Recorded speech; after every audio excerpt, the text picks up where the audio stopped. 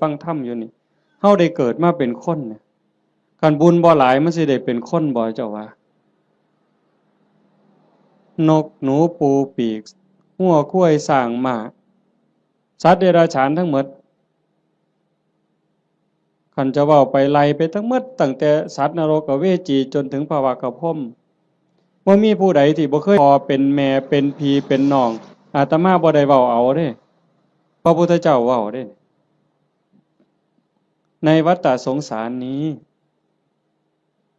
ไม่มีใครเลยที่ไม่เคยเกิดเป็นพ่อเป็นแม่เป็นพี่เป็นน้องเป็นญาติร่วมสายโลหิต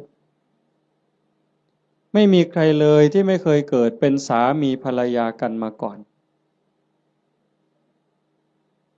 โยมอยู่นี่หลายๆคนเคยเป็นผัวเป็นเมียกับหนอนกับมดกับยุ่งที่มันมากัดเฮานี่นั่นคือวัฏฏะสงสารเป็นหยังเขาต้องไปเป็นแบบ